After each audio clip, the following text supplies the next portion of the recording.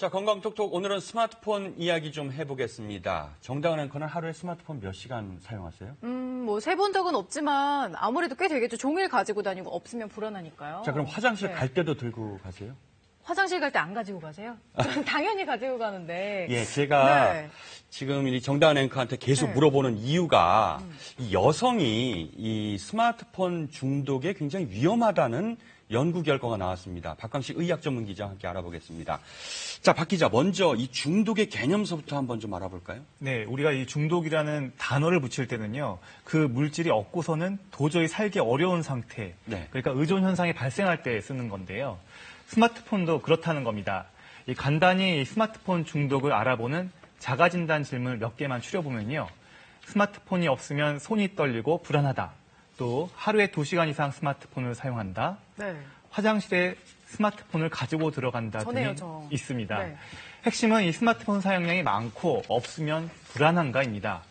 이번에 아주대 연구팀이요. 남녀 대학생 1236명을 분석했는데요. 그 결과 스마트폰을 하루 4시간 이상 사용하는 사람의 비율이 남성은 29%인데 반해 여성은 54%로 배 가까이 높았습니다. 여성이 스마트폰을 많이 사용한다는 이야기입니다. 또 이 성별로 스마트폰의 주 사용 용도를 따져봤더니요. 남성은 SNS, 오락, 인터넷 검색 등 골고루 사용하는 데 반해서요. 여성은 이 절반 넘게 SNS를 사용하는 것으로 나타났습니다. 또 언제 어디서 주로 사용하는지 봤더니 이것도 남녀 차이를 보였는데요. 남성은 스마트폰을 주로 쉬는 시간에 사용하는 데 반해서요. 여성은 대화하거나 이동할 때 또 잠자리에서 사용하는 비율이 높았습니다.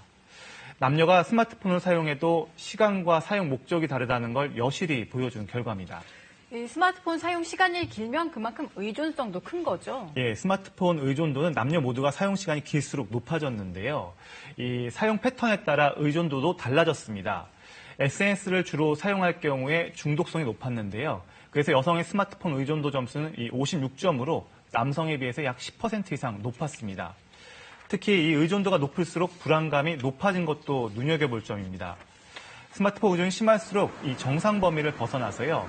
이 불안증을 겪을 위험이 여성은 9% 높은 걸로 나타났고요. 또 남성은 7%보다 더 높은 수치입니다. 스마트폰 의존도가 정신건강에 악영향을 미칠 수 있음을 보여준 결과입니다. 자, 스마트폰에 여성이 더 취약한 이유 좀 알아볼까요? 앞서 이야기했듯이 여성이 SNS를 많이 사용하기 때문에 더 자주 소통을 하게 되고요. 이 점이 오히려 의존성을 강화시킨 것으로 보입니다. 지금까지 남성은 이 술이나 흡연, 또 이 컴퓨터 게임, 도박에 더 잘 빠지는 것으로 알려져 있는데요. 또 이 최신 기기에 대한 집착도 주로 남성의 문제로 여겨져 왔습니다. 하지만 이 스마트폰에서만큼은 이야기가 조금 다른 셈입니다. 아무래도 여성이 남성에 비해서 이 사회적 관계망을 유지하는 데 더 관심이 높고요. 언어의 재능도 더 뛰어나기 때문입니다. 스마트폰의 SNS 기능을 더 많이 활용할 가능성이 높은 겁니다. 그러다 보니 이 스마트폰에 대한 의존도나 부작용이 더 높아지는 걸로 설명할 수가 있는데요. 이건 어디까지나 전반적으로 그렇다는 거고요. 남녀 불문하고 SNS에 빠지면 스마트폰에 중독될 확률은 높아집니다. 저도 확실히 SNS를 시작하고 스마트폰 들여다보는 시간이 늘었거든요. 어떻게 해야 될까요? 예, 이 스마트폰에 의존하지 않으려면 자기 통제력을 기르는 게 중요합니다. 스마트폰을 사용하지 않으면 되는데 참 쉽지 않은 이야기죠. 그런데 최근에 재미있는 연구 결과가 발표됐습니다. 대구 가톨릭대 연구팀이요. 335명의 중학생을 분석했더니요. 스마트폰 중독이 심한 학생은 46명, 14%였습니다. 이들에게 2주 동안 집에서 매일 스마트폰 사용에 대한 일기를 쓰게 했습니다.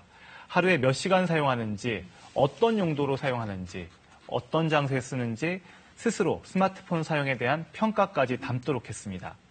그 결과 스마트폰 중독 점수가 감소한 것으로 나타났는데요. 2주치고는 상당히 효과가 큰 겁니다. 일기를 통해서 스스로 스마트폰 사용에 대한 인식을 하게 되고 심각하구나라는 비판적 사고가 이루어진 겁니다. 그 후로 동기가 생기고 자기 통제로 이어져서 스마트폰 사용을 스스로 자제한 겁니다. 이 아주 효과적이죠. 또 이 밖에도 처음부터 스마트폰 사용 습관을 올바르게 갖는 것도 중요합니다. 일단 스마트폰이 필요한 경우가 아니라면요. 눈에 띄지 않는 곳에 두는 겁니다. 예를 들어서 잠자리에 들 때 스마트폰을 다른 장소에 충전해놓고 자는 것도 좋은 방법입니다. 또 이 사용하지 않는 앱을 지우거나 게임이나 채팅 등 장시간 동안 사용하는 앱은 가급적 자제하는 게 좋습니다. 특히 메신저의 경우 대화에 한 번 빠지면 시간 가는 줄 모르기 때문에요. 필요한 용건 위주로 사용하고 안부를 묻더라도 시간을 정해놓고 사용하는 게 좋습니다. 네, 잘 알겠습니다. 오늘 말씀 감사합니다.